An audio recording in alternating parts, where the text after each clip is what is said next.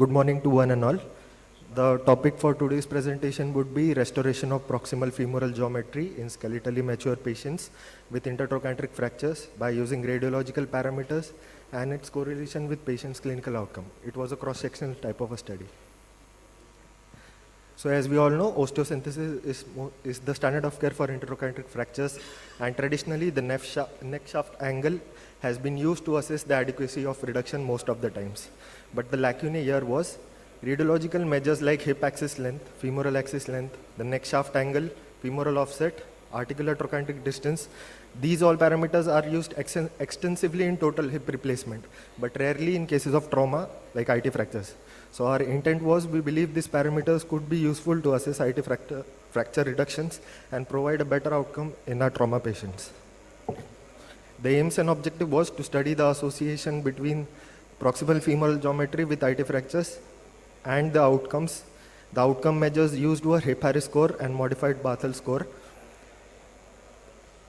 These are some of the authors which have done their research work based on the geometric parameters and its association with hip fractures.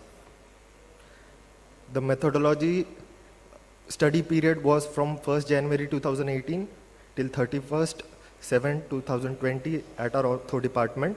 The inclusion criteria included skeletally matured individuals with intertrochanteric fractures, and the exclusion criteria was patients with inherent hip anomaly, patients with bone tumors, patients with previous hip surgeries, non-united fractures at 6 months, and patients who had incomplete data or who could not understand the questionnaire and the follow-up was not available for this patient.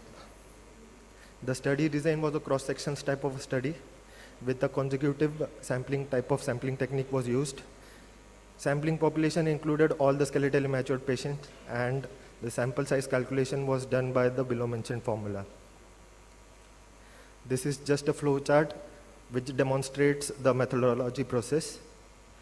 These are all the radiological parameters which were studied. So our results observed were a total of 41 patients were included, out of which 9 patients died, 6 patients were lost to follow-up. So we remained with 26 patients. Out of these 26 patients, we had regular data follow-up of 16 patients, and due to COVID scenario, 10 patients data was collected on telephonic basis. The statistics observed in the study were, there were total 18 males were more as compared to female. Right-sided IT fractures were more as compared to left side. The mean age of presentation of patients was 56 years, and the hip Harris score observed was poor in 6 patients, fair in 2 patients, good in 7 patients, and excellent in 11 patients. The Barthel score was same in all the patients. We observed that there was a significant association between gender, that is, male patients had better outcome as compared to female patient, and there was also a significant correlation between the femoral axis length and the hip Harris score. Rest all the parameters had no significance difference, but this raised an important question in our study, that despite good reduction in all the 26 patients, the outcome measurement using hip Harris score had varied results. Like 11 were excellent, 7 were good, 2 were fair, and 6 were poor.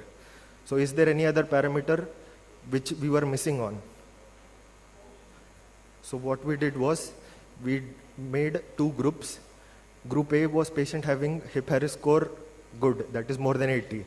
And group B was patient with bad hip Harris score. We found that there was a significant difference in mean change of hip axis length in between these 2 groups. The strength of the studies were, it used a simple X-ray measurement as compared to the advanced imaging technique. It could be easily reproduced, and it was less time consuming for the patient as well as the operating surgeon.